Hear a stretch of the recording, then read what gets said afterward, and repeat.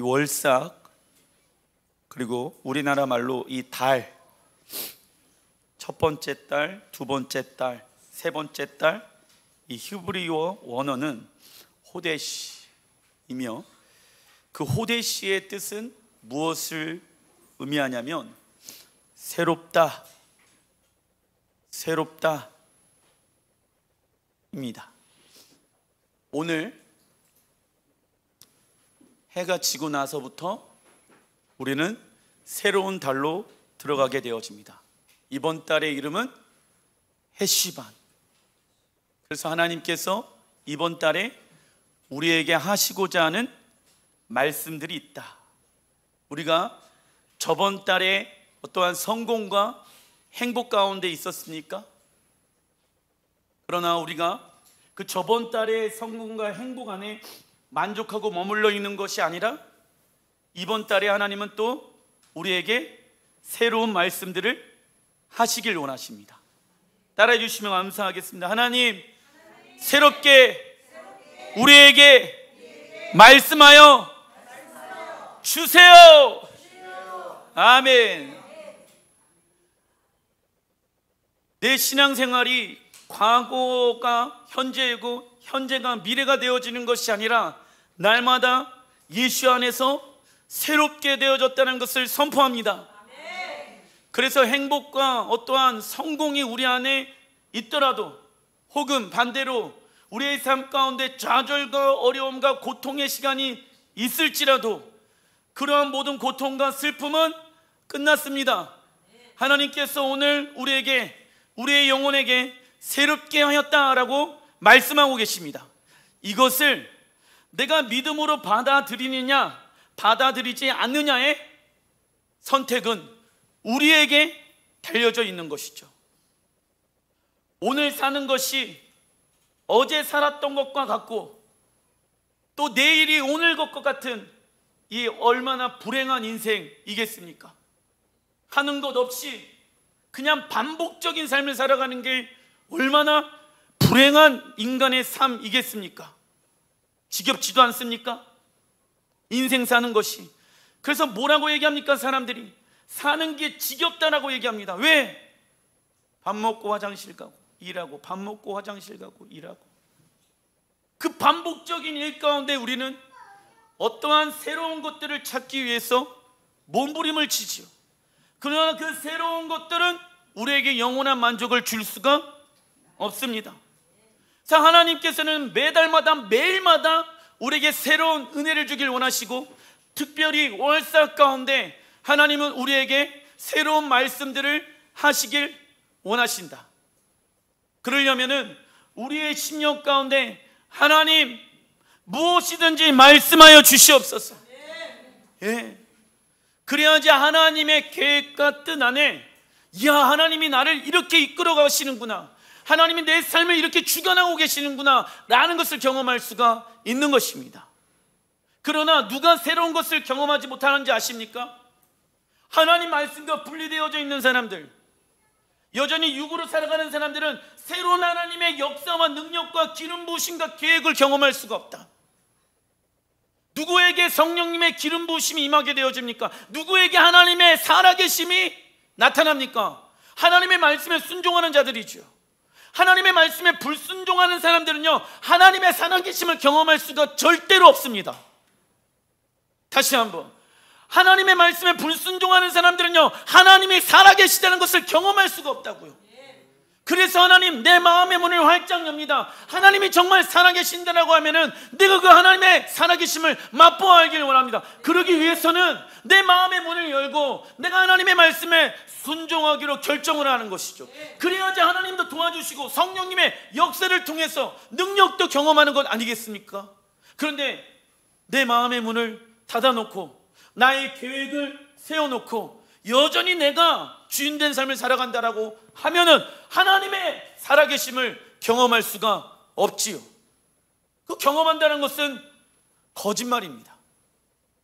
그 새로운 것을 경험하고 있는 것도 잠깐이라는 것이죠. 영원한 만족을 줄 수가 없습니다. 그래서 하나님은 매달마다 우리에게 새로운 축복을 주시길 원하신다. 단락 1번, 계시록 22장 2절 시작. 강좌우에 생명나무가 있어 12가지 열매를 맺되 달마다 그 열매를 맺고 그 나무 잎사귀들은 만국을 치료하기 위하여 있더라. 아멘. 강좌우에 생수의 강 흘러나오죠. 어디에서요? 예루살렘 성전에서 생수의 강물이 흘러나오게 되어집니다. 그리고 그 생수의 강물이 닿는 곳마다 죽어있는 것들이 살아나게 되어지고 죽어있는 바다, 지금의 사해가 살아나게 되어진다. 이 요한계시록 22장의 말씀이 구약의 에스겔 37장에 나와 있는 메시지입니다. 그런데 그 성전의 중앙 가운데 무엇이 있냐? 생명나무가 있다. 이 생명나무의 특징은 무엇의 열매를 맺습니까? 12가지의 맛을 내는 열매를 맺고 있습니다. 매달마다 신기한 게, 자, 우리는 사과나무에는 사과의 나무 열매만 맛볼 수가 있지요. 그러나 하나님의 나라에 우리가 들어가게 되어졌을 땐 생명나무 안에는 매달마다 새로운 열매들이 있더라. 무엇을 말씀하고 있는 것일까요? 매달마다 하나님께서는 우리에게 월삭의 예배를 통하여서 그 월삭의 열매를 맺기를 원하신다. 그래서 매달마다 하나님의 계획들이 성경에 기록되어져 있죠. 자, 해안에는 새 것이 없다. 그래서 너희들은 이스라엘 백성들처럼 실수하지 말고 주의하고 깨어 있어야 된다. 그래야지 하나님이 너희들을 향한 뜻이 무엇인지를 알 수가 있다라고 말씀하고 계신다는 것이죠. 자, 성경에 첫 번째 달, 두 번째 달, 12번째 달 이렇게 기록해 놓으신 하나님의 뜻과 목적이 있다. 그냥 하나님이 원하는 그 달에 하나님이 막 아무렇게나 계획 없이 적어 놓은 것이 아니라 매달마다 누구를 향한 뜻이 있다. 우리를 향한 하나님의 뜻이 있다고. 그러려면 내 뜻을 내려놔야지 하나님의 뜻이 보이기 시작한다. 그래서 내 뜻을 내려놓고 그분의 뜻을 성취하는 사람들이 매달마다 생명나무의 열매를 이 땅에서 맛보아 알 수가 있는 것이죠. 놀랍죠? 계시록 22장에 생명나무는 12개의 맛을 내는 열매가 있다는 것이죠. 그것은 거기 적어놔 주십시오. 월삭의 열매를 의미합니다. 고린도전서 10장 11절 시작. 그들에게 일어난 이런 일은 본보기가 되고 또한 말세를 만난 우리를 깨우치기 위하여 기록되었느니라.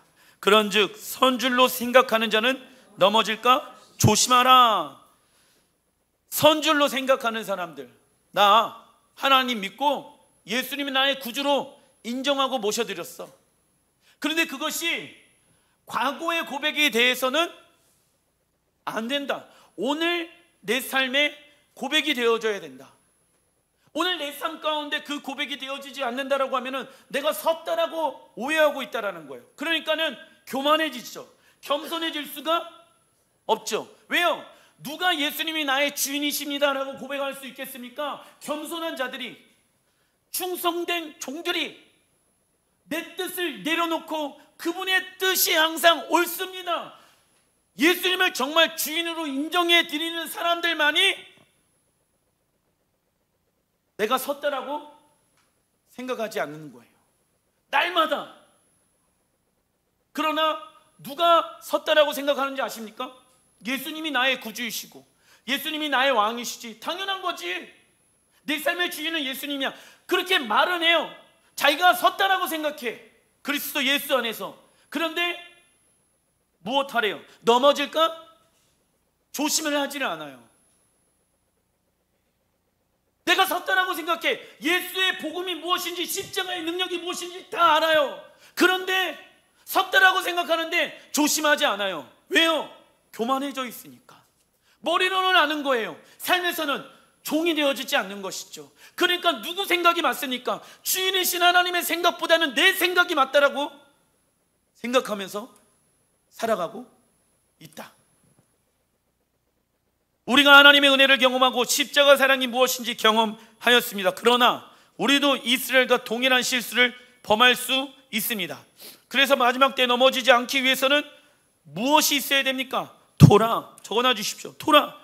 고린도전서 10장 11절에 말씀하고 있는 것이 그들에게 일어난 이런 일을 본보기가 되고 말세를 만난 우리를 깨우치기 위해서 기록한 것이 무엇입니까? 토라죠. 토라. 아직 신약 성경이 완성되어지지 않았을 때 사도 바울이 마지막 때 조심해야 된다. 그래서 창세기는 무엇과 연결되어져 있다? 요한 계시록과 연결되어져 있다. 그래서 온 인류는, 온 지구는, 온 우주는 에덴에서부터 시작되어져서 무엇으로 마무리되어진다?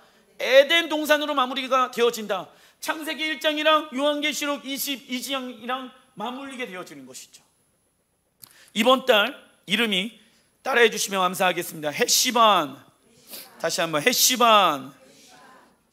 성서력으로 8월을 뜻합니다. 이번 달 히브리어 알파벳은 눈입니다. 눈. 히브리어 눈. 우리나라 말로 눈이 아니라 히브리어로 눈. 아시겠죠? 이 눈의 아들 여호수아가 대표적인 이름을 가지고 있습니다. 이 눈이라는 단어의 뜻은요, 적어놔 주십시오.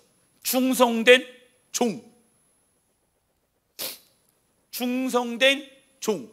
이 히브리어 눈의 글자를 보면은 귀 모양처럼 되어져 있죠. 그래서 종들은요, 주인의 말씀에 귀를 기울인다. 그런데 그러한 자들에게 무엇이 있습니까? 생명. 그죠? 하나님 나라의 상속자의 의미를 가지고 있다고. 어떤 사람들은 이런 얘기를 합니다. 목사님, 종으로 살아가는 것은 힘든 거 아니에요? 아니에요. 예수님의 종으로 살아가는 것만큼 쉬운 게 없습니다. 무엇만 하면 됩니까? 내 모든 것을 그분께 맡겨드리기만 하면 되는 것이에요. 먹을 거 누가 공급해 주십니까? 하나님. 나의 앞날을 누가 공급해 주십니까? 하나님. 나는요, 해야 될 것은 내 의지를 가지고 주님을 의지하는 것이죠. 그러면은 그 종들은 무엇을 얻습니까? 생명을 얻으리로다. 그게 연결되어지는 거예요. 그래서 하나님은 우리에게 귀를 기울여라. 충성된 종이 되어라. 내가 너희들에게 생명을 주길 원한다라고 말씀하고 계시죠. 단락 1번 신명기 31장 23절 시작. 여호와께서 또 눈의 아들 여호수아에게 명령하여 이르시되 너는 이스라엘 자손들을 인도하여 내가 그들에게 맹세한 땅으로 들어가게 하리니 강하고 담대하라. 내가 너와 함께 하리라 하시니라. 눈, 충성된 종의 아들 여호슈아. 원래는 이게 히브리 원어로는 영어로는 조슈아라고 얘기하는데 히브리 원어의 발음은 예호슈아입니다. 히브리어 안에 담겨 있는 히브리어 단어에는요, 의미들이 다 담겨져 있습니다. 예호슈아, 여호수아의 이름의 의미는요, 적어놔 주십시오. 구원입니다. 구원. 그래서 여호수아는 예슈아와 같은 뜻을 가지고 있습니다. 우리가 예슈아라고 하게 되어졌을 때 그 예슈아도 구원의 뜻을 가지고 있습니다. 그러나 우리가 지금 쓰고 있는 예수는요, 헬라어에서 온 것이며 원래 히브리어 예슈아에서 온 것입니다. 그래서 예슈아는 본래 예호슈아의 줄인 형태를 의미합니다. 우리도 각자의 이름이 있는데 집에서 부르는 어떤 줄임말이 있지 않습니까? 원래 예슈아가 예호슈아, 무엇을 의미합니까? 구원을 의미한다는 것이죠. 그런데 왜 그분의 이름이 중요합니까? 마태복음 1장 21절에 나와 있습니다. 시작. 아들을 낳으리니 그 이름을 예수라 하라. 이는 그가 자기 백성을 그들의 죄에서 구원할 자이심이라. 천사가 요셉에게 너는 반드시 아들의 이름을 무엇으로 지어야 한다? 예슈아로 지어야 한다라고 신신당부해 하였습니다. 왜냐하면 그가 자기 백성에게 무엇을 이루기 위해서? 구원을 이루기 위해서. 그들에게 예수, 지저스라고 얘기하면요, No! 라고 얘기합니다. 유대인들에게 예수아가 구원자이십니다 라고 해야지 받아들여요. 왜요? 예호수아가 구원자라는 것을 알고 있기 때문에. 그래서 예호수아의 이름을 가지고 메시아가 이 땅 가운데 올 거라고 유대인들은 믿고 있습니다. 이것을 태초 전부터 정해놓으신 분의 이름은 하나님. 하나님께서 당신의 아들의 이름을 예수아로 정해놓으셨다고. 그런데 그게 헬라의 가르침을 통해서 교회가 지금의 예수라는 단어로 사용하기 시작했다는 것이죠. 그런데 문제가 있습니다. 신랑이신 주님 앞에 가게 되어졌을 때 온 열방들이 다 모이게 되어지는데 각자의 단어, 나라의 말로 예수를 외친다라고 하면 통일이 될 수가 없겠죠. 지금부터 예수라는 단어가 아니라 예수아라는 이름을 우리가 외쳐야 될지라 믿습니다. 왜냐? 하나님께서 그 예수아라는 이름 안에 무엇을 계획해 놓으셨다? 구원을 계획해 놓으셨다라는 것이죠. 계속 예수아를 외치는 여러분들 되시길 바랍니다. 열왕기상 6장 38절 시작. 11자의 해 불월 곧 8절 달에 그 설계와 식양대로 성전 건축이 다 끝났으니 솔로몬이 7년 동안 성전을 건축하였더라. 이 불월이라는 단어는요, 바벨론 포로 이전에 바로를 대신해서 사용했던 말입니다. 히브리어 불이라는 뜻은요, 적어놔 주십시오. 소나기 또는 비, 소나기 또는 비의 뜻을 가지고 있습니다. 이스라엘에서 이번 달부터 봄비가 내리기 시작하며 밀을 심기 위하여 밭刈이가 시작되어집니다. 그래서 이번 달에 무엇을 심느냐에 따라서 한 해 농사가 결정되어진다. 이달은 많은 것들을 심는 시간을 가져야 됩니다. 그러나 씨를 뿌리는 것이 쉽지는 않지요. 농사꾼들이 열매를 거두는 것이 쉽지 씨를 뿌리는 것이 쉽지가 않거든. 왜냐? 땅을 개간해야 되고 또 씨도 일일이 다 뿌려줘야 되고 물도 다 뿌려주어야 하기 때문에. 자, 하나님은 계절을 통하여서 하나님의 말씀들을 하시기 시작하였습니다. 여러분들이 이번 달 해시반 월에 무엇을 심느냐에 따라서 하나님이 추수하길 원하시는 때, 그 하나님의 추수는 보통 무슨 절기에 있습니까? 봄의 절기에는 오순절에 있고, 그리고 또 가을 절기에서는 그렇죠, 나팔절, 대속절, 장막절에 있지요. 그 하나님의 계획 안에 우리가 있다라고 하면은 우리가 원하는 때 우리가 원하는 열매를 맺는 것이 아니라 하나님이 원하는 것을 내가 심고, 그리고 하나님의 열매를 거둘 때 내가 그 하나님의 열매를 경험하게 되어진다. 내 시간, 내 계획을 내가 원하는 것을 향해서 움직이는 것이 아니라 그분이 원하시는 대로 하나님은 우리가 인도함을 받길 원하신다라는 것이죠. 근데 많은 사람들은 내가 원하는 것을 심고 그 원하는 것이 내 삶 가운데 바로 당장 이루어지길 원하는 사람들이 많이 있다라는 것이죠. 그러면은 그것은 좋은 열매가 될 수가 없죠. 익지도 않았는데 그것을 먹게 되어지면 떫고 시고 맛이 없다. 그래서 이 모종을 심고 씨를 뿌리게 되어졌을 때 무엇이 필요합니까? 비가 필요한 거예요. 해시반 월에 하나님께서는 그래서 심고 비를 주길 원하시거든. 심고 우리가 심어요. 순종해요. 그리고 자라나게 하시는 분은 누구이십니까? 하나님이십니다. 씨를 심고 나서 가만히 냅두면 안 된다. 그 위에다가 물을, 영양분을 부어줘야지 얘가 자라날 수가 있다. 씨가. 이번 달에 하나님께서 여러분들에게 무엇을 심기를 원한다라고 말씀하고 계십니다. 가정 가운데, 직장 가운데, 교회 가운데, 열방 가운데 내가 너에게 이것을 말하노라, 이것을 심어라. 시편 126편 5절 시작. 눈물을 흘리며 씨를 뿌리는 자는 기쁨으로 거두리로다. 눈물로 무엇을 뿌립니까? 씨를 뿌리게 되어집니다. 그러나 눈물이 결과가 아니다. 무엇이 결과입니까? 기쁨으로 거두리로다. 힘들고 어렵지만은 처음에는 내 뜻을 내려놓고 그분의 말씀을 선포하고 그분의 뜻을 심는 것이 쉽지는 않죠. 왜? 대가 지불이 필요하고 권리 포기가 필요하니까. 내 생각이 맞는 것 같잖아요. 그런데 내 생각이 맞은 적이 얼마나 있습니까? 인생 가운데 살아오면서 내가 선택한 것 중에 확률적으로 야, 이 선택은 참 잘했어 라고 하는 것이 얼마나 될 것 같습니까? 내가 참 선택을 잘했어 라고 하게 되어졌을 때 그 안에 후회가 없습니까? 예를 들어서 나는 결혼을 참 잘한 것 같아. 근데 후회? 해요 안 해요? 말이 없어. 후회해요 안 해요?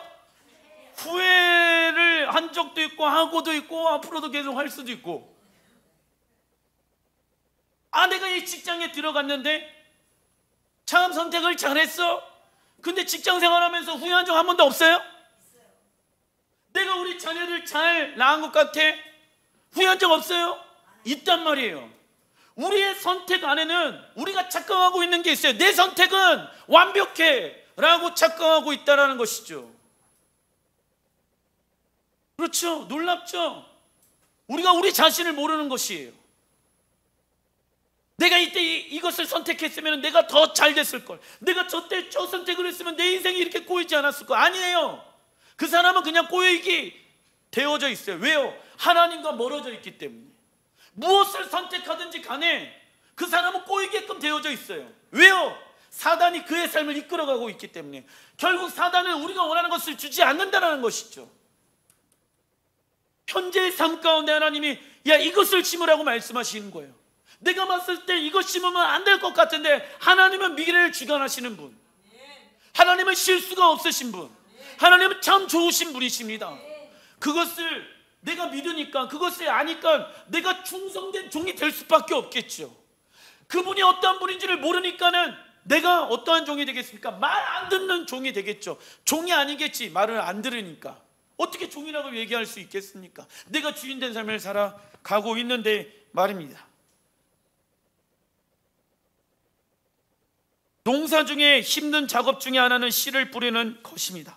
이는 힘들고 외롭고 고통스러운 것을 참고 이겨내면 그 열매는 달고 기쁨의 수확의 열매를 거두게 될 것입니다. 그러나 힘들다고 씨를 뿌리지 않는다면 추수의 시기에 열매를 맺지 못하는 것입니다. 예수님께서도 씨 뿌리는 비유를 통해서 말씀하셨습니다.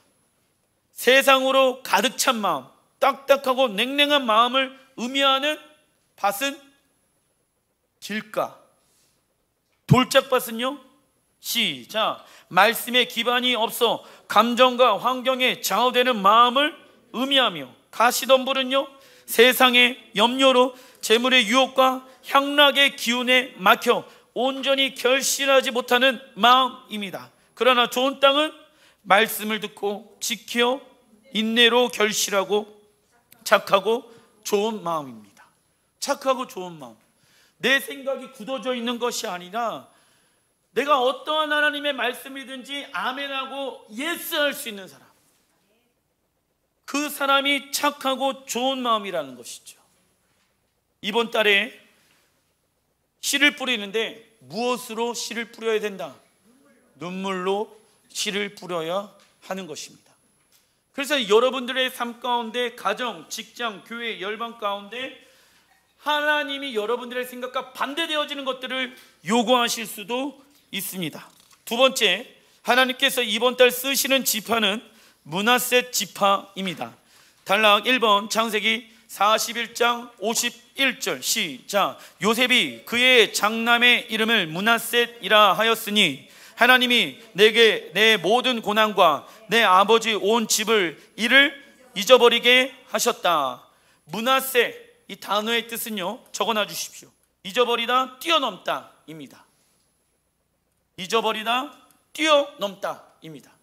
너의 생각을 잃어버려라. 과거의 실패를 잃어버려라. 예전 것들은 지나갔으니 보라, 새 것이 되어졌도다. 뛰어넘어라. 므낫세 지파로서 하나님은 뛰어넘어라. 너의 지금 장애물이 뭐니? 너가 성장하지 못하게끔 너가 날마다 씨를 뿌리고 있는데 돌짝밭이 뭐니? 가시덤불길이 뭐니? 길가가 있니? 뛰어넘어라. 과거의 실패는 잊어버려라. 오늘의 삶 가운데 날마다 하나님, 내 삶은 주님께 있습니다. 이 고백을 하나님은 하길 원하십니다. 어떠한 이는 어려움과 힘듦이 왔을 때 자신의 방법과 능력으로 잊어버리고 뛰어넘으려고 합니다. 그러나 우리의 생각과 능력이 강해지면 하나님의 무엇과 무엇이 약해집니까? 하나님의 생각과 능력이 약해집니다. 우리의 생각이 강하면 강할수록 하나님의 생각은 약해지고, 우리의 능력이 강하면 강할수록 하나님의 능력은 약해집니다. 그래서 하나님은 약할 때 강함 되십니다. 이걸 아셔야 합니다. 왜요? 자, 베레시트, 토라 포션. 저번 주에 우리가 다시 창세기 1장으로 들어갔죠. 가을 절기가 끝났어요. 천년왕국이 시작되어졌어요. 그 천년왕국은 다시 회복되어진 에덴 동산으로 돌아가요. 그래서 저번 주부터 베레시트, 창세기로 들어가는 거예요. 근데 이 창세기에서 핵심은 1장 2절에 보게 되어지면 이 땅이 공허하고 혼돈스럽고 어둠이 깊다라고 나와 있죠. 이 땅의 상태가 그렇대요. 우리가 그것을 알아야 된다. 내가 어둡고 내가 공허하고 내가 기품이, 어둠이 깊은 가운데 있다는 것을, 나는 그런 존재라는 것을 잊어버리면 안 된다.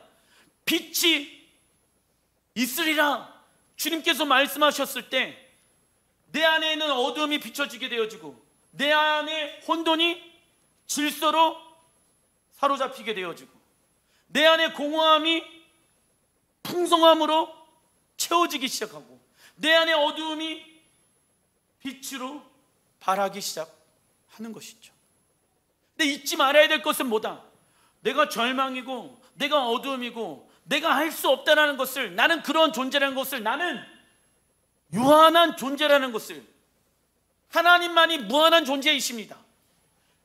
왜 내가 유한한 존재입니까? 나는 언제나 죽을 수 있고, 나는 언제나 코로나 걸릴 수 있고, 나는 언제나 병원에서 실려가서 죽을 수 있는 유한한 존재라는 것을 잊지 말아야 된다고.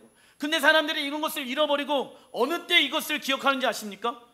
병원에 입원했을 때, 죽을 것만큼 지금 힘듦이 내게 왔었을 때, 그때 기억해요. 절망이구나.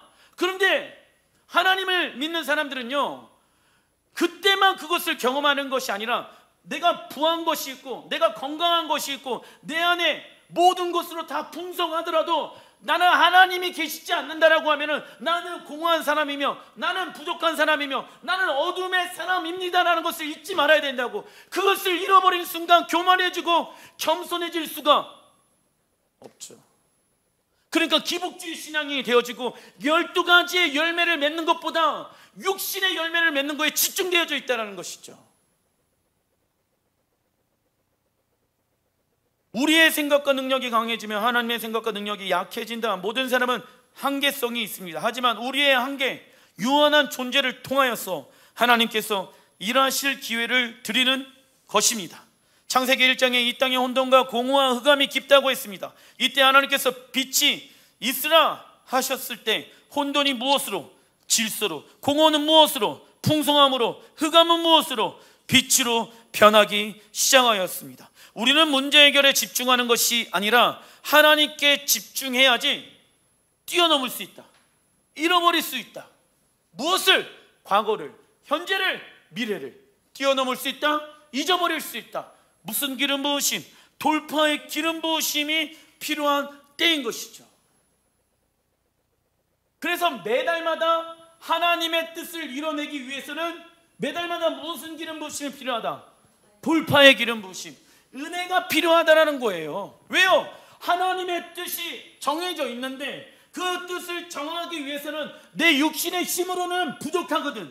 이뤄낼 수가 없거든. 그래서 하나님 나에게 힘을 주세요. 돌파할 수 있도록 능력 주세요. 세상에 돌파할 것을 구하는 것이 아니라 하나님의 능력을 구하는 것이죠.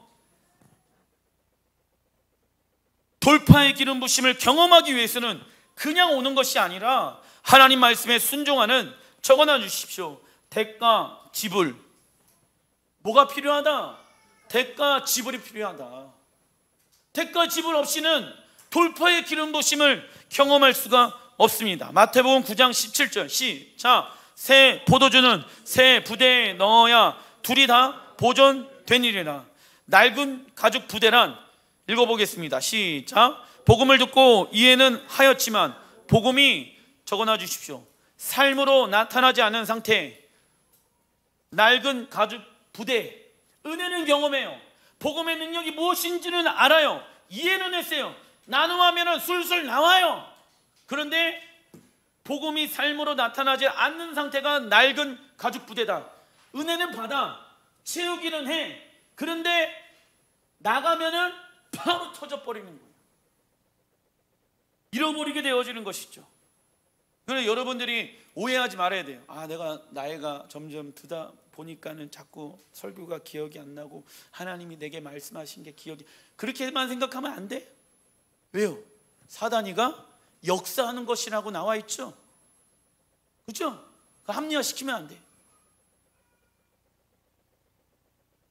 새 가죽 부대란, 시작. 복음을 듣고 이해하는 것에 머무는 것이 아니라 복음이 삶으로 나타나는 상태입니다. 새로운 삶, 새로운 시작, 새로운 기름 부으심은 그냥 오는 것이 아니라 낡은 가죽 부대를 버려야 한다. 그런데 여전히 낡은 가죽 부대로 복음을 듣고 이해는 하였지만 복음이 삶으로 나타나지 않는다라고 하면은 하나님의 새로운 시작을 경험할 수가 없다. 단락 3번, 성경에 나오는 이번 달 사건들. 창세기 7장 11절 시작. 노아가 600세 되던 해 둘째 달, 곧 그 달 11의 날이라. 그날에 큰 기품의 샘들이 터지며 하늘의 창문들이 열려 40주야를 비가 땅에 쏟아졌더라. 창세기 1장부터 출애굽기 12장을 민간역으로 쓰여져 있으며 출애굽기 13장 이후부터는, 출애굽기 13장에 뭐가 있습니까? 유월절 어린 양의 피, 유월절 사건 이후부터 그들이 이제 새롭게 거듭났잖아. 애굽에서 새롭게 이스라엘 백성으로 하나님의 나라로 새롭게 변화되어졌잖아요. 그래서 유대인들은요, 새해가 두 개가 있는 거예요. 출애굽기 12장 이전에는요, 얘기하고 있는 1월과 12월이 있고, 출애굽기 13장 이후부터 하나님이 새 단을 너희에게 주었다. 너희들은 새롭게 되어졌다. 새로운 나의 민족이 되어졌다 라고 해갖고 하나님이 또 새로운 달력을 주시죠. 그것을 성서력이라고 얘기하고 있습니다. 그런데 창세기 7장 11절에 나와 있는 노아가 600세 되던 해 둘째 달, 이 민간력이 2월인데 종교력으로는 8월 달을 의미합니다. 그래서 이번 달에는 노아의 홍수 심판이 왔었을 때를 말합니다. 하나님을 믿지 않는 이에게 심판은 공포와 두려움의 대상이지만 하나님을 믿는 이에게는 새로운 날의 시작이 되어진다. 자, 이번 달 안에는 눈물을 흘리며 이 씨를 뿌려야 된다. 근데 이번 달 안에 눈물을 흘리며 씨를 뿌리지 않는다라고 하면은 여호와의 심판이 있는 날이다. 그러나 하나님의 말씀에 순종하는 자들은 괜찮아요. 왜요? 노아처럼 하나님의 말씀에 순종하는 모습들이 있으니까. 그러나 심판이 두려운 대상은 누구입니까? 노아 시대 때 하나님을 믿지 아니하는 자들인 것입니다. 창세기 6장 14절 시작. 너는 고페르 나무로 너를 위하여 방주를 만들되 그 안에 칸들을 막고 역청을 그 안팎에 칠하라. 하나님께서 방주 안으로 심판의 물이 들어오지 못하도록 안과 밖을 역청으로 바르도록 말씀하셨습니다. 역청의 히브리어 언어는 코페르이며 그 뜻은 속죄, 덮는다, 몸값을 의미합니다. 자, 이 역청을 어디에도 발랐습니까? 모세가 갈대 상자 안에 들어가게 되어졌을 때 이 강물이 갈대 상자 안에 들어오지 못하도록 역청을 바르게 되어졌을 때, 그래서 노아의 방주는 모세의 갈대 상자와 비슷한 맥락을 가지고 있고, 노아의 역청은 갈대 상자 안에 있는 역청, 그 아이를 보호하기 위해서 속죄, 덮는다, 몸값을 의미하고 있습니다. 즉 노아 방주에서 역청의 역할은 우리의 죄를 덮어주시고 용서해 주시는 예수와의 보혈을 상징합니다. 하나님은 심판의 물이 우리의 마음 안에 들어오지 못하도록 역청을 칠하라고 말씀하십니다. 그러나 사단은 예수와의 보혈이 바르지 아니한 틈, 연약함, 쓴뿌리, 이 틈을 찾고 있다는 것이죠. 내 생각 가운데 예수와의 보혈로 바르지 아니하는 생각들 있잖아요. 육신의 생각들 있잖아. 그리고 그 예수와의 보혈을 통하여서 내가 말을 해야 되는데 내 말 가운데 육신의 말을 할 때가 있다는 것이죠. 그런데 문제가 있어요. 왜?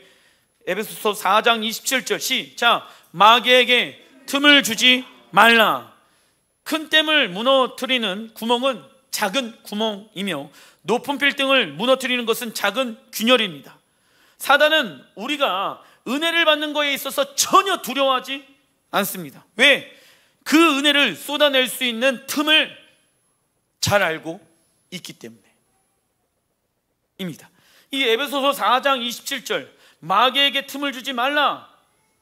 이 전에 26절에는 분을 내어도 죄를 짓지 마라. 해가 지도록 분을 품지 마라. 마귀에게 틈을 주지 말라라고 말씀하고 있습니다. 이번 달 돌파의 기름 부으심을 담는 새 부도로서 날마다 보혈로 덮어야 합니다. 만약 보혈로 덮지 않는다라고 하면은 우리의 생각 가운데 사단의 생각이 들어오게 되어지고 심판의 문이 들어오게 되어져서 그 생각으로 말미암아 우리는 멸망당하게 될 것입니다. 자, 어떤 분이 이런 얘기를 했습니다. 목사님, 저는 이번 달에 육신의 생각을 많이 했는데도 불구하고 이런 것을 경험하지 못했는데요, 곧 있으면 옵니다. 하나님의 예언의 말씀들은요 당장 성취되어지는 것이 아니에요. 왜냐? 하나님의 성품은요 오래 참으시는 분이십니다. 왜요? 왜 오래 참을까요? 돌아오길 원하고 회개하길 원하시거든. 어떤 사람들은요 하나님에 대해서 오해합니다. 뭐라고 오해합니까? 왜 하나님은 폭력적이야? 왜 하나님은 세상의 모든 것을 다 쓸어버리려고 하셔? 아니에요.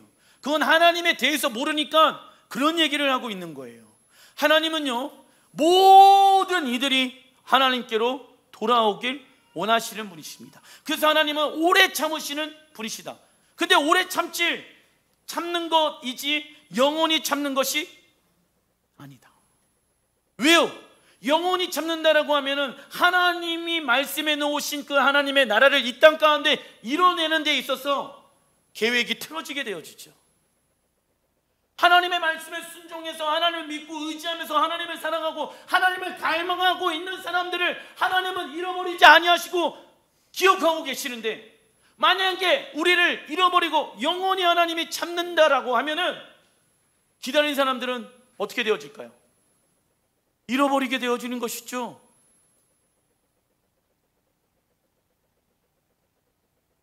창세기 7장 1절 시작. 여호와께서 노아에게 이르시되 너와 내 온 집은 방주로 들어가라. 이 세대에 내가 내 앞에 의로움을 내가 보았음이리라. 하나님은 많은 이들이 노아의 방주에 들어오길 원하셨습니다. 그러나 하나님의 말씀에 순종하여서 노아의 방주에 들어간 사람은 노아의 가족 8명이 전부였다. 8명. 그래서 8이라는 숫자 집중하시라. 8. 이번 달에 8월 해시반 노아의 가족들의 숫자는 8. 활은 무슨 의미를 가지고 있습니까? 새로운 시작, 완성되어진 하나님의 계획, 이런 것을 의미하고 있습니다. 노아 시대에는 땅에 비가 내리지 않았고 수면에서 올라오는 안개 또는 이슬을 통하여서 땅에 물이 공급되었습니다. 당시 사람들은 비가 내리는 것을 한 번도 보지 못하였고 비를 통하여서 심판을 받는 것을 믿지 않았습니다. 노아도 비라는 것을 한 번도 보지 못했습니다. 그러나 노아는 하나님의 말씀을 믿었고 그 믿음을 말씀에 순종함으로 구원의 방주를 만들었다. 자, 앞으로 올 하나님의 나라도 오기 직전에 이 땅 가운데는 심판들이 풀어지기 시작합니다. 인심판, 나팔심판, 대접심판. 우리는 그것을 아직 경험하지 못했지요. 모든 사람들이 아직 경험하지 못했습니다. 그러나 우리가 믿는 것은 뭡니까? 그날은 반드시 온다. 그러면 예수님께서도 말씀하셨죠. 마지막 때가 되어진다라고 하면은 노아의 시대와 같이 일어나게 되어질 것이다. 노아도요, 하늘에서 비가 내리는 것을 보지 못했습니다. 노아도 하나님의 심판이 이 땅 가운데 풀어지는 것을 경험하지 못했습니다. 그런데 무엇을 믿었습니까? 하나님의 말씀. 내가 이 땅을 심판할 거고 이 땅에 하나님의 나라가 이루어질 것이야. 너를 통하여서. 동일해요. 마지막 시대에 살고 있는 우리들에게도 하나님은 동일하게 말씀하고 계시는 거예요. 마지막 때는 노아의 때와 같이 일어나게 되어진다.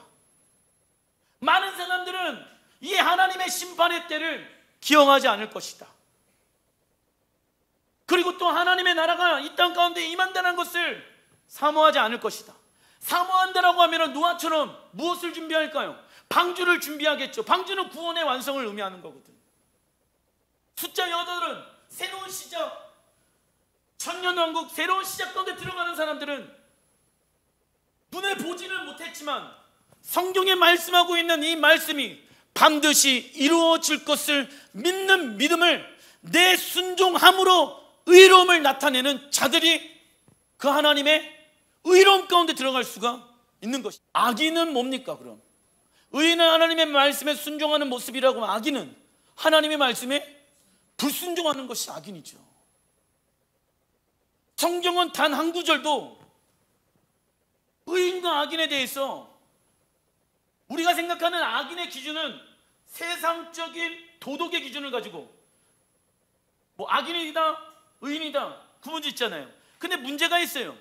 세상의 법도 하나님의 말씀으로 보게 되어졌을 때는 잘못된 것이 있다 없다. 그런데 그 인간의 편리함에 의해서 법이 바뀐다라고 하면은 안 되죠. 하나님의 법은 영원히 변하지 아니하는 진리이기 때문에. 왜? 그 진리는 우리에게 생명을 주니까. 생명을 주는 그 법이 바뀐다고 생각해 보십시오. 그건 생명이 아니고 진리가 아니죠. 진리는 변하지 않는 것인데. 그래서 그 진리를 믿는 사람들은 노아처럼 순종함을 통해서 의로움을 행한다고. 하나님 보시기에 의로웠더라. 그런데 그도요 두려웠어요. 뭐가요? 비를 본 적이 한 번도 없어. 하늘에서 물이 내리는 것을 본 적이 없었다니까요. 근데 믿었어요. 뭐가? 이 땅에 하나님의 심판이 풀어질 것을 믿었다고. 내 때에 그 심판이 풀어지지 않더라도 내 아들들의 후손들이 그것을 경험할 수 있도록 내 시대에 뭘 했습니까? 노아의 방주를 만들었죠. 여러분들 그게 막 축구장에 몇 개를 합쳐놓은 것이라고 얘기하는데 이게 쉬웠겠습니까? 쉽지 않았겠죠. 120년 동안 하늘에 비가 내릴 것이다. 사람들이 뭐라고 얘기했을까요? 정신 나간 놈이라고. 나는 똑같다라고 생각합니다.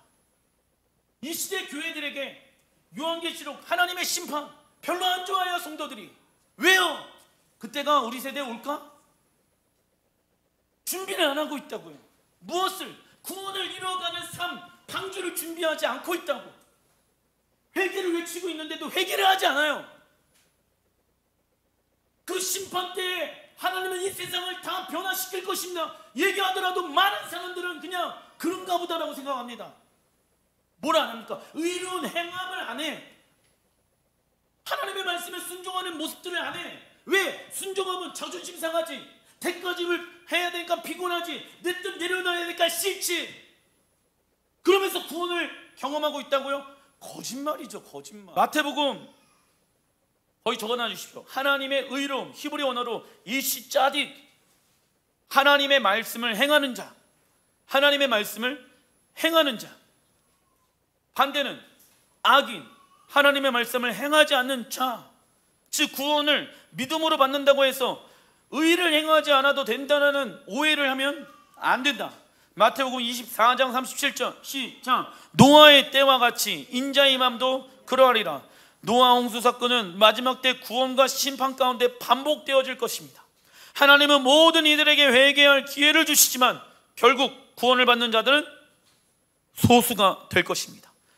베드로전서 3장 20절 시작. 그들은 전에 노아의 날 방주를 준비할 동안 하나님이 오래 참고 기다리실 때에 복종하지 아니하는 자들이라.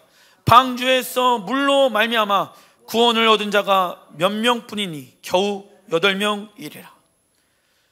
하나님은 오래 참는 성품을 가지고 계십니다. 그러나 영원히 참는 분이 아니다. 하나님은 노아 시대의 사람들에게 120년 동안 회개할 기회를 주었지만 그들은 회개하지 않았다.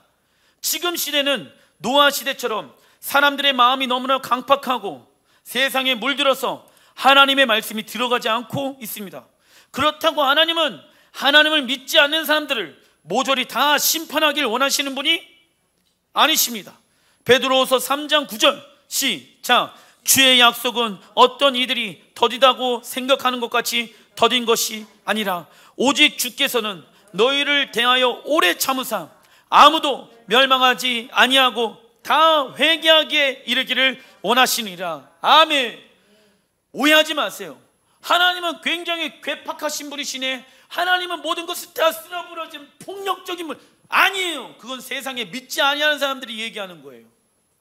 하나님은 뭐라고 말씀하고 있습니까? 아무도 멸망하지 아니하고 다 회개하기를 이르기를 원하노라. 여러분 120년 참는 게 쉬울 것 같으세요? 어려울 것 같으세요? 이건 불가능합니다. 인간의 힘으로는. 그러나 하나님은 은혜와 자비와 사랑이 풍성하신 분이시기 때문에 기다리고 계신다고. 이 120년 기간이 우리의 인생이라고 생각하셔야 된다고. 우리의 인생의 모든 삶 가운데 하나님은 계속 회개를 요청하고 계신다. 왜요? 구원을 주시기 위해서. 따라해 주시면 감사하겠습니다. 나에게 가장 소중한 것은 구원이다. 아멘. 그 소중한 그 구원을 소중하게 지키고 있는 사람들은 구원을 이루어가는 사람들. 그러나 그 구원을 소중하게 지키지 아니하고 그냥 교회만 다니면 구원이 있는 거 아니야? 이런 거는 구원을 소중하게 생각하지 아니하는 사람들이죠. 복음이 값진 은혜가 아니라 값싼 은혜로 전력되어진 사람들.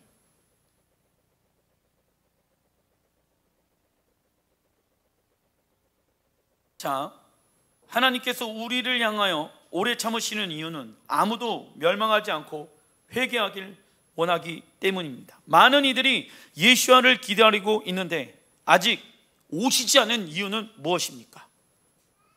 우리에게 회개할 기회를 주시는 것입니다. 목사님, 왜 예수와는 빨리 오시지 아니하시죠? 다른 생각할 필요가 있다 없다? 그거 걱정하지 말아라. 누구 걱정만 해라? 네 걱정해라. 예수님 왜 안 오시죠? 2000년 전에도 오신다고 했는데 왜 안 오시죠? 그 걱정하지 마시고 누구 걱정해라? 내 걱정해라. 우리에게 회개할 기회를 주시길 원하십니다. 그러나 안타까운 것이 있죠. 마태복음 24장 39절 시작. 홍수가 나서 그들을 다 멸하기까지 깨닫지 못하였으니 인자의 임함도 이와 같으리라. 언제 깨달아요? 하나님의 심판이 다 끝난 이후에 깨닫습니다. 정말 하나님의 심판이 이 땅 가운데 임하였구나. 멸망되어지는 상황들을 보면서 그때 깨닫는다고. 아! 우리 엄마 아빠 말한 게 진짜였네. 아! 교회에서 들었던 설교가 진짜였네. 그걸 지금 깨달아야 되는데 멸망의 때에 깨달으면 그때는 이미 늦었죠. 회개할 수 있는 시간은 이 땅에서의 시간 외에는 회개할 수가 없습니다.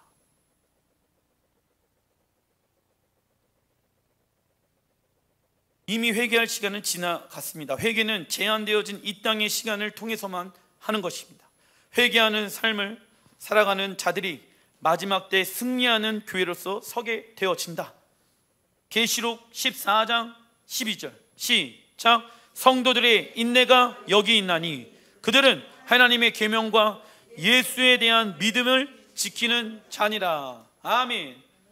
인내하였대요. 우리도 주님도 오래 참았죠. 우리도 인내하는 거예요. 무엇을? 하나님의 나라가 이 땅 가운데 올 것을 기다리면서 살아가는 것이죠. 무엇하면서? 회개하면서. 그런데 그들에게는 무엇이 있습니까? 하나님의 계명과 예수에 대한 믿음. 그것을 무엇했대요? 지켰대요. 지켰대요. 계명, 뭘 얘기하는 걸까요? 토라. 요한계시록 당시에는 신약 성경이 없잖아요. 그죠? 토라를 가지고 있었다. 요한계시록 12장 17절 시작. 용이 여자에게 분노하여 돌아갔사 그 여자의 남은 자손 곧 하나님의 계명을 지키며 예수의 증거를 가진 자들과 더불어 싸우려고 바다 모래 위에 서 있더라. 동일하게 용 사단과 싸우는 여자가 나오죠. 그 여자의 손의 특징은 뭡니까? 적어놔 주십시오. 하나는 하나님의 계명을 가지고 있고 하나는 예수와의 증거, 복음의 능력을 가진 자를 뜻합니다. 하나는 첫 번째는 하나님의 계명을 지키는 자, 두 번째는 예수와의 증거, 즉 복음의 능력을 가진 자. 이 두 가지가 있어야 된다고요. 이 두 가지가 있어야지 무엇할 수 있습니까? 승리할 수 있습니다. 마지막 때 적 그리스도와 싸워 이길 수가 있게 되어진다. 그런데 계명은 끝났다, 토라는 끝났다, 새빨간 거짓말. 우리는 복음의 능력만 가지고 있으면 됩니다? 아니에요. 복음의 능력은 계명과 연결되어져 있죠. 나를 사랑하는 자들은 나의 계명을 지키니라. 예수님께서 말씀하셨죠. 마지막 때에 사랑이 식어지게 되어진다. 어떤 사랑? 교회 안에서 하나님을 향한 사랑이 식어진다. 왜요? 불법을 행하는 자가 많으니라. 하나님의 입장에서 불법을 행하는 자는 누구입니까? 하나님의 말씀을 지켜 행하지 아니하는 자들. 하나님의 법이 있는데 세상의 법대로 살아가는 자들을 하나님은 어떠한 자라고 얘기합니까? 불법을 행하는 자라고 말씀하고 있습니다. 그래서 우리의 삶 가운데 하나님의 계명과 예수와의 복음의 능력, 십자가를 들고 있어야 우리가 마지막 때 승리할 수가 있게 되어진다. 교회는 이 땅에서 복 많이 받고, 물론 복 많이 받고 하나님의 은혜로 잘 되어지는 것을 구하는 것은 잘못되지 않았습니다. 그러나 그것만을 구하는 것은 잘못되어졌다는 것이죠. 교회는 이때가 우리 시대에 올 수 있기 때문에 노아의 때처럼 노아가 하나님의 말씀에 순종하여 의로움으로 자녀들에게 계속 양육했겠죠. 애들이 얘기합니다. 샘, 함, 야벳이 얘기합니다. 아빠. 사람들이 아빠 보고 정신병자래. 아빠. 사람들이 아빠를 보면서 이상한 사람이래. 그 수많은 얘기를 노아가 들으면서 믿음을 지켰습니다. 석청을 바르면서, 역청을 바르면서 틈이 있는지 없는지 날마다 확인했습니다. 우리가 그 틈이 우리 안에 있는지 없는지를 확인해야 됩니다. 예수와의 보혈로 덮어야 되는 거예요. 육으로 반응하는 것이 아니라 문제가 일어났습니다. 그 문제에 반응하는 것이 아니라 사람에 반응하는 것이 아니라 내 안에 그 사람과 환경으로 오게 되어지는 내 안에서의 어떠한 어려움들, 마음의 상함들, 이거를 보혈로 덮을 생각을 해야지 그 틈 때문에 내 생각과 내 마음과 내 모든 것들을 사단에게 내어주면은 안 된다라는 것이죠. 기억해야 되는 거예요. 내 안에는 계명과 복음의 능력을 가지고 있는가? 그래야지 우리가 이 달에 영적 전쟁을 할 수가 있습니다. 스가랴 1장 1절 시작. 다리오 왕 제2년 8째 달에 여호와의 말씀이 이도의 손자 베레기야의 아들 선지자 스가랴에게 임하니라. 이르시되, 하나님께서 스가랴 선지자에게 8월 달에 사역자로 부르신 이유가 있습니다. 그 당시 이스라엘 백성들은 오래된 포로 생활과 성전의 무너짐과 황폐된 땅의 생활고로 인해 각자 살기에 급급했습니다. 이러한 상황 속에서 하나님은 스가랴 선지자를 헤시반 월에 세우셔서 하나님의 나라에 대한 환상과 계시를 들려주시며 백성들을 격려하며 제2 성전의 건축을 완성하게 하셨다. 따라해 주시면 감사합니다. 하나님, 저에게도 헤시반 월에 계시하여 주시옵소서. 여러분들의 가정이 성전이고 여러분들의 있는 그 직장이 성전이라고 하게 되어졌을 때 무너져 있는 환경, 무너져 있는 어떠한 가정 있습니까? 여러분들이 스가랴가 되어져서 이번 달에 하나님이 스가랴에게 말씀하셨던 그 말씀들을 하나님이 여러분들에게 주시길 원하신다. 그러면 스가랴가 어떻게 반응했습니까? 나는 할 수 없습니다. 나는 못합니다.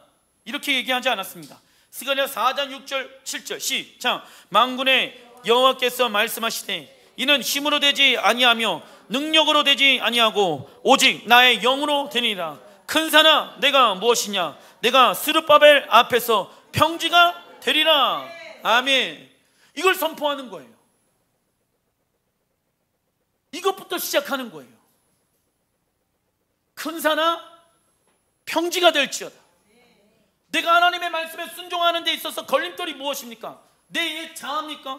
그 옛 자아가, 상처가 틈이 되어질 수도 있다고. 보혈로 덮고 나에게 있어서 큰 산은 뭡니까? 돈입니까? 명예입니까? 세상에 어떠한 것입니까? 큰 산아 예수와 이름으로 명하노니 평지가 될지어다. 이것부터 하는 거예요.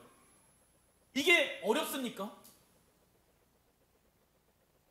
잠깐, 이게 어려워요? 입만 열면 돼요. 이거를 이번 달에 계속 하나님 앞에 구하고 선포하는 거예요. 외우고. 왜?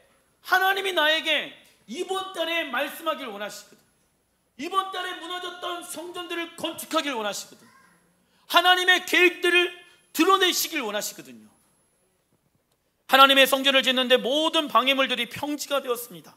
이번 달에 방해물들이 오게 될 것입니다. 그때 혼과 육으로 반응해서는 안 된다. 하나님의 영으로 반응해야 모든 산지가 평지가 될 수 있습니다. 기도하겠습니다.